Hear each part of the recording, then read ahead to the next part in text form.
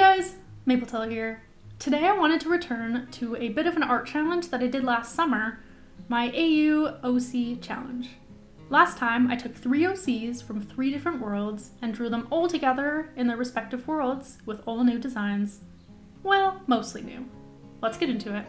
I was inspired to take this challenge up again as I recently designed a Wildfrost OC, Starom, and wanted to put her in all the worlds that I've drawn before, while also putting the OCs from the previous drawing into Wildfrost. If you're not familiar, Wildfrost is a roguelike deck building game with the prettiest art style I've ever seen. I've done a couple videos on it in the past, and a multitude of fan art, as it's one of my favorite games of all time. One of the reasons I wanted to design this OC was Artfight. I was searching around and there appears to be 0 Wildfrost OCs on there. That's a real tragedy that had to be fixed immediately. So there you have it. There is now exactly 1 Wildfrost OC up, that I could see at least. I'm on a mission to find more, so if you participate in Artfight and happen to have a Wildfrost OC, long shot I know, please hit me up so I can draw them this July. Before I talk about the specifics of the designs, I also wanted to share the backstory I wrote for Loom. I'll read out the blurb I wrote for her on her profile. Loom, Shademancer and Slayer of Maja. Loom was born to parents Blue Loom and Mono in Snowdwell during the era of the Wildfrost. Like her parents, she is a Shademancer, a tribe that specializes in summoning shades to fight the creatures on the way to the Eye of the Storm. Her father Blue Loom's journey was just barely cut short when he was killed by the Frost Guardian, and her mother, Mono, made it all the way to the heart of the storm, but was utterly unprepared to face the surprise enemies there. Loom started on their own journey, determined to become the Sunbringer and free the land from the eternal cold, also wanting to avenge her fallen parents and all those who fell to the Wildfrost's horrors. She put together the best party she could as she journeyed, full of allies, shades, and weapons, but struggled when they reached the treacherous ice caves. They had to face the Toothy Shades, one of the groups of enemies with the highest kill counts in the Wildfrost, a true test of skills and teamwork. Loom nearly fell to the boss, Maja, here, forgetting about their special ability. Maja swiped its vicious claws across Loom's mask, breaking it into pieces and leaving a nasty wound on their face. With the help of a summoned tigress, Loom was able to stand back and heal before dealing the final blow on the beast. They took its mask to replace their now broken one, saddened to have lost the mask they painted to match Blue Loom's, but filled with new hope of making it to the end of her journey and bringing the warmth of the sun back to Snowdwell. Ta-da! That's it for now. I enjoy making little one-off stories like this based on media that I love, though I don't do it much at all anymore. I talked a little bit about that sort of thing last week in another OC challenge video. Anyways, the designs. I started off with drawing Loom as a warrior cat, as an OC in my original world, the Blue Kingdom story, and in the style of the character I used to play board games. I thought they were all going to look pretty similar to each other, like Mapletail did in part 1, but I was actually able to have a lot of fun with these designs, and they all turned out pretty distinct, while still pretty clearly being the same character. Let's take a look at the warrior's Loom to match with Mapletail first. Right off the bat, I obviously couldn't keep her name. I considered making her a leader to keep the star, but decided against it. I instead called her Frostfall, inspired by her role in Wildfrost. In my last art, the warriors were from Sky Clan, Riverclan, and Shadow Clan, so I wanted Frostfall to be from somewhere else. I chose Wind Clan for them, as being in the cold open air worked all around. Their design was really fun to do. I leaned into the mask that they wear for their appearance. I gave Frostfall a pink-brown pelt with a white face, golden stripes on said face, and a dark nose to reference her mask, and brown stripes on her body to reference her old mask. I gave her a paler belly with the same color as her hair streaks, and a tiny patch of white under her eye for the stars that Loom has tattooed there. Well, their eyes and scars remained largely the same as the original design. I think overall it's a really effective design, and really reads as the same character, but in a different world. Let's move on to the board games character next. She's from the same world as my OC Nyx Everdawn, that I created to play board games with my friends. So far that's included Taz, Bureau of Balance, Here to Slay, and Mall Madness. The people of this world that I've made so far are all cat people, surprise surprise. So I made Starloom into one too. The people of their village, the Lunar Claws, worship the moon and work with magic from it. I imagine Starloom would be a hunter here, as it fits with their story. Also, I changed her name a touch to match with the naming conventions of the village. I decided on the name Star Frostloom, a bit of a combo of her warrior and true name. For her design, I used a similar strategy as the warrior's one, playing with the idea of her masks. Her fur color is the color of her old mask, and the stripes and markings all over her body are a bit from both masks, with the gold and the brown.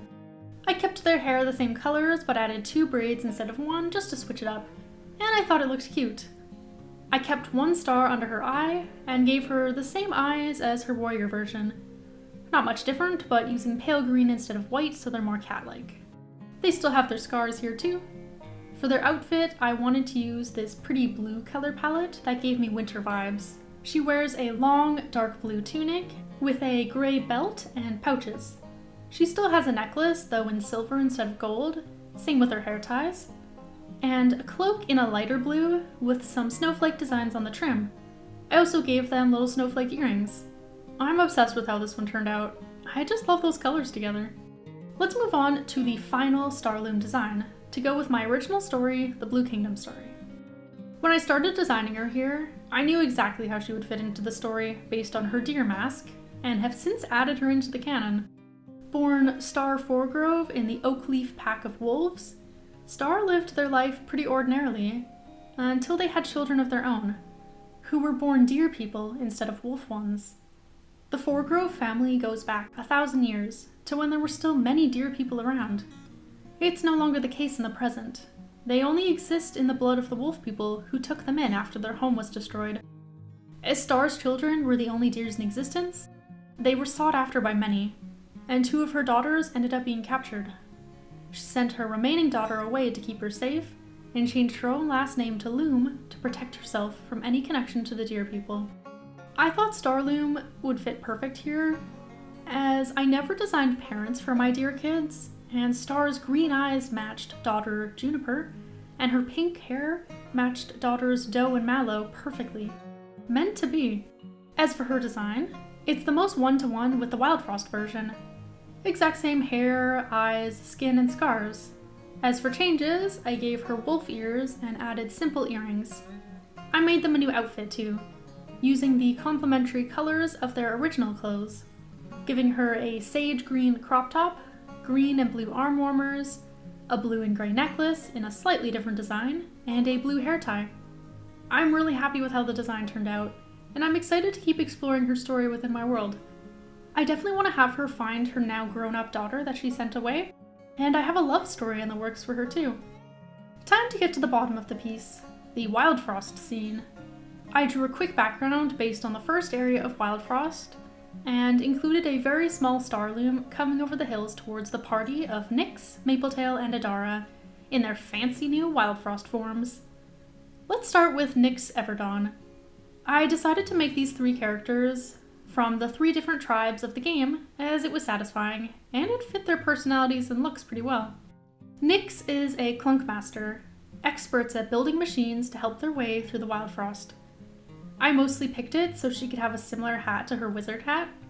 I changed her name to Nyxel here, to fit better with the clunk master naming style. For her design, I based it mostly off her original look, with a little bit of her Blue Kingdom look in there too.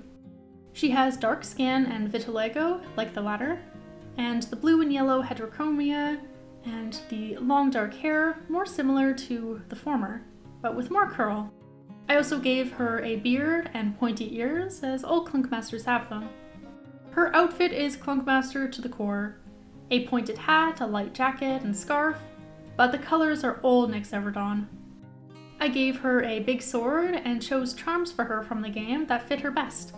I chose the charms of Flameblade, Cloudberry, and Sun. The first because she's a fire mage in the Blue Kingdom, the second because she is also a healer there, and the third because she is a Wizard of the Sun in the board game story. Next up is Mapletail of Riverclan. I made her a snow dweller here, so that she can have a little hood with cat ears. Snow dwellers are the first tribe you unlock, experts at using the snow of the Wildfrost to their advantage. Her name here is Mapletail, again to fit better with the naming conventions. The design was super fun. Her hair color comes from her fur, well, her eyes remain the same but more human. She also gets freckles based on her spots. The hair is in a typical snow dweller style, with a big ponytail and little braids around her face. The outfit is very snow dweller, a cozy hood with cat ears, a warm poncho, and a large bell around her neck. And the colors come from Mapletail's design. Bits of her stripe and marking colors make it onto the details of the outfit, but most of the colors are to match her eyes, with some pale teals. She also gets a sword, though it is smaller than Nixel's. For charms, I gave her the raspberry charm for her coloring, the block charm as it's ice, which is the closest thing I could find to Riverclan, and the heart charm as that's my personal favorite charm to give my player character when I play, and I'm Mapletail, so... The final design is Adara Pace. I made her a Shademancer like Loom, experts of summoning shades to protect themselves. Her name doesn't change much, I just added an apostrophe in there to make it Adara, as it already fits pretty well. Her design is the closest to her original look out of the three. She has her dark skin and short black hair, and I gave her the pointed ears of a Shademancer and created a mask for her. It's based on some from the game, but I made it a little more unique to her. She also wears a light cloak and scarf with metal rings. I gave her a necklace too in the color of a bracelet that she has. The colors of the outfit are colors that Adara usually wears. Lots of dark and faded blues and a bit of purple. Her weapon is a pointed staff for attacking and summoning. Her charms are Yank, as she wields a curved blade, Pinch, as she's an assassin and it gives you rewards for killing, and Frog, as she likes to work alone, and the frog gives you Fury, which boosts attack if you are alone in the row. Oof, this has been a long one, so I think I will leave it there. Thanks for watching! I absolutely adore doing this challenge, and thinking and writing about stories for these OCs. I've been playing a lot of Baldur's Gate 3 recently, and I'm highly considering adding it as the 5th world in this challenge, so maybe keep an eye out for that. I hope you enjoyed, and I'll see you next Thursday.